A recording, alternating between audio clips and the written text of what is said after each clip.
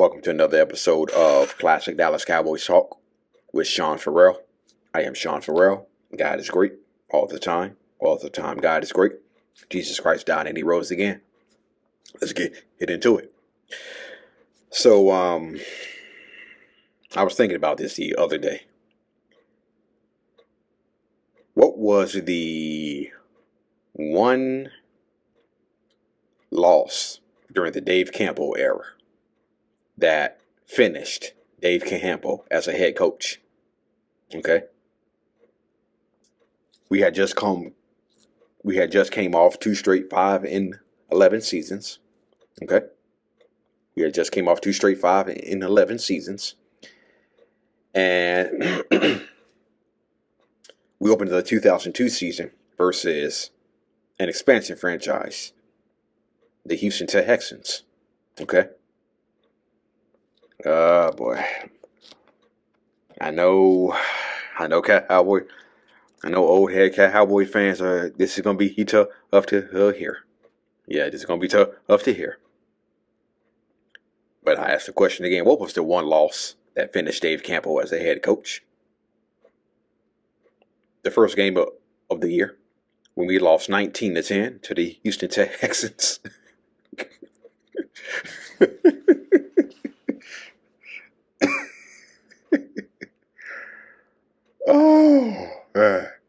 I remember seeing that. And initially, I had to do a double take on the score. I had to do a double take on the score. When I first saw that, I thought it said Dallas 19, Houston 10. Like, okay. Closer. It was close, but you know, we won. Then I did a double take on it. I'm like, hold up. That's Houston 19, Dallas 10. Oh, Lord have mercy. And I remember after the Texans won the game, one of the announcers said, and this is a jarring loss for the Dallas Cowboys. And I remember reading about it years later. In the book, Trolling for Tuna, okay, which is a book about Bill Parcells coming to the Dallas Cowboys, okay. I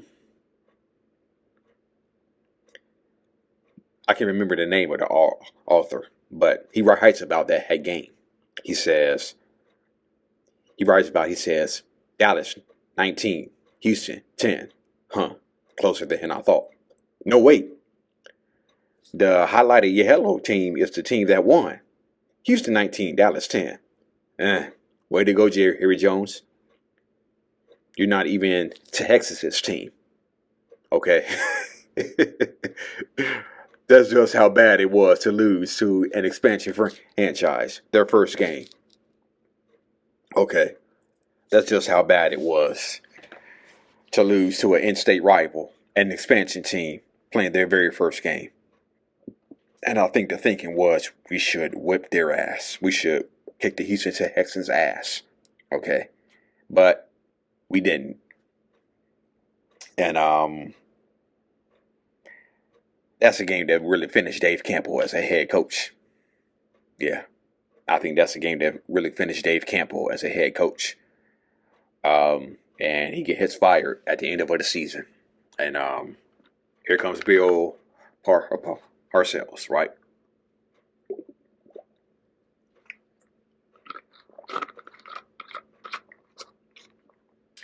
And I was reading some stuff about Emmitt Smith, okay? And there were some teammates who loved him for his toughness, his running ability.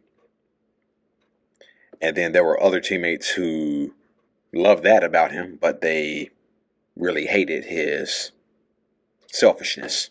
Okay, they really didn't like the way he was selfish, as some teammates say. Okay, Um, so Clayton Holmes tells his story where um, he and Emmitt Smith were at a party, and Clayton Holmes' mother wanted to have something autographed by Emmitt Smith. And Emmitt Smith was like, nah. If I autograph this, I'm going to have to autograph every other thing. And so Clayton Holmes tells that story.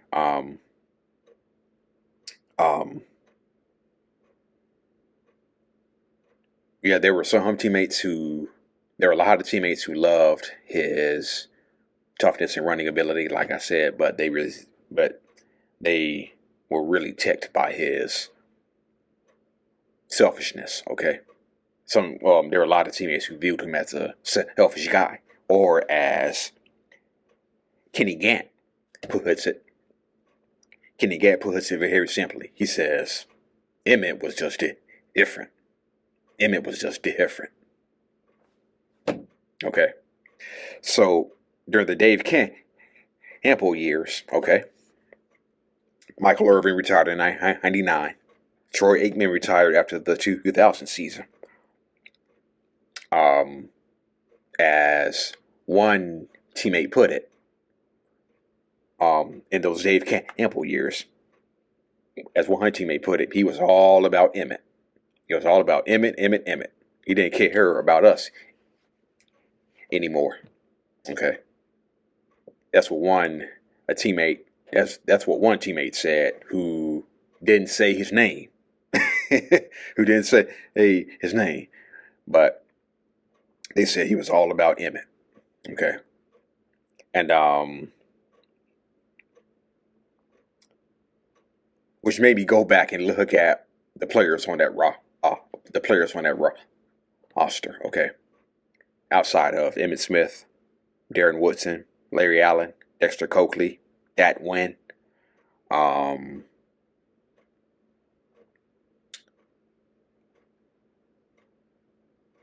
I'm not saying that Emmitt Smith's selfishness was right. Okay, I'm not saying his selfishness was right, because I don't think it was. It's not good to be selfish, to have a selfish attitude. That's not good. But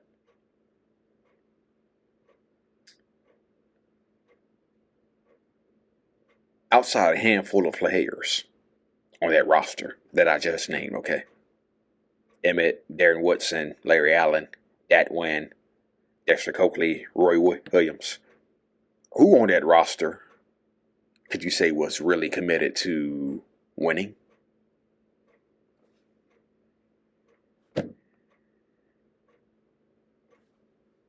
I don't know.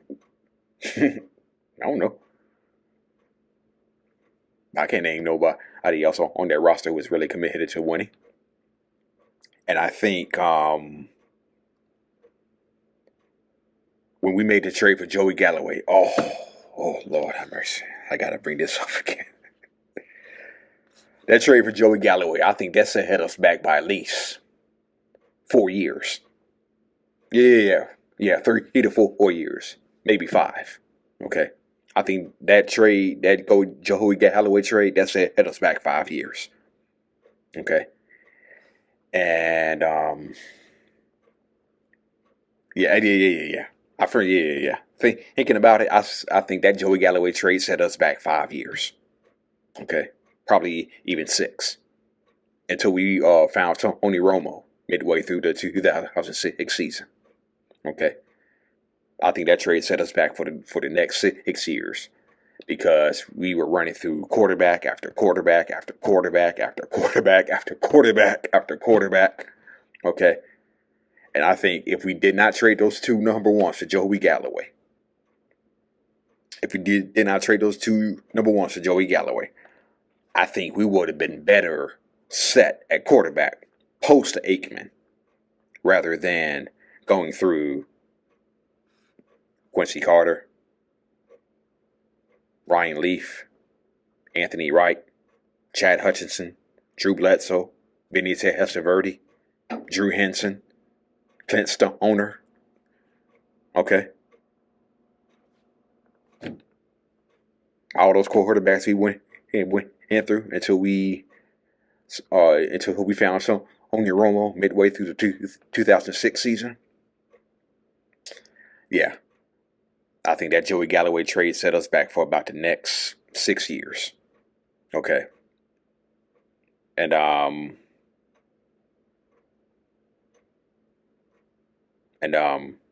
but yeah. I'm not saying Emmitt Smith's selfishness was a good thing, but look at that roster. Out of those handful of guys I named, again, ask the question: how many of those players were really committed to winning?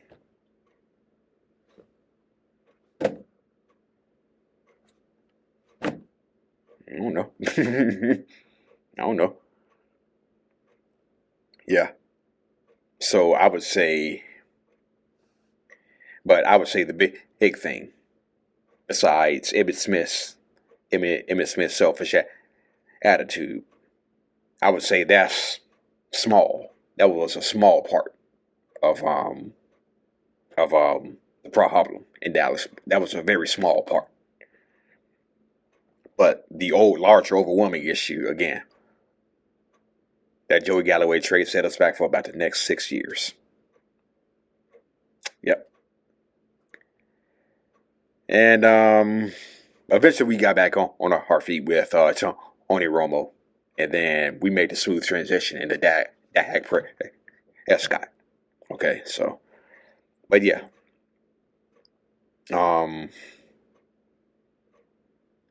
That Joey Galloway trade is tough to talk about. But how about that Roy Williams trade midway through the 2008 season? I think y'all remember that. Remember when we traded Roy Williams? When we traded for Roy Williams? And then what happens? The very next season, Roy Williams is injured. Turns out we had Miles Austin all along. Miles Austin overtakes him. And Roy Williams was never heard from again. And if I'm not mistaken, I think during his time in Dallas, Roy Williams had only 2 100-yard games? Yeah. And there were a few people out there who believed the word that they use is Wally pipped. Okay.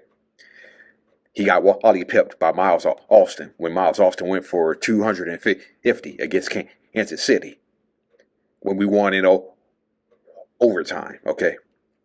They say he got Wally pipped by Miles Austin. Okay. And he never got his starting job back.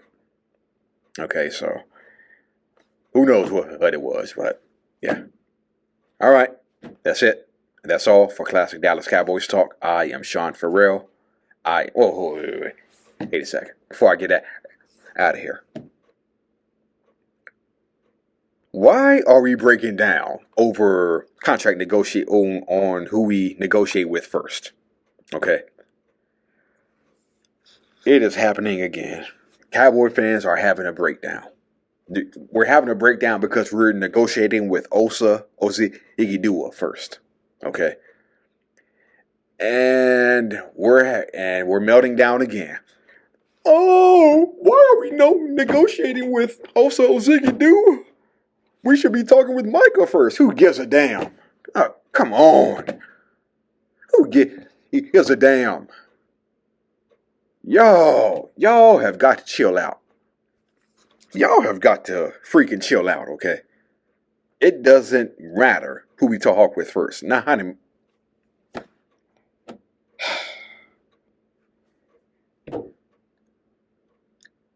having meltdowns because we are talking to Osa Ozigidua first and not Micah Parsons.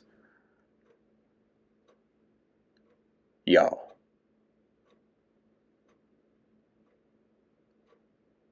Chill. Chill. Chill. Okay? Chill. Y'all are having breakdowns. Y'all are having meltdowns because we're talking to Osa Ozi Igidua first.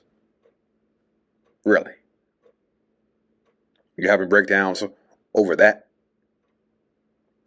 Give me a freaking break. Give me a freaking break. Give me a freaking break. That's sad. That's sad that some of y'all are having meltdowns over that.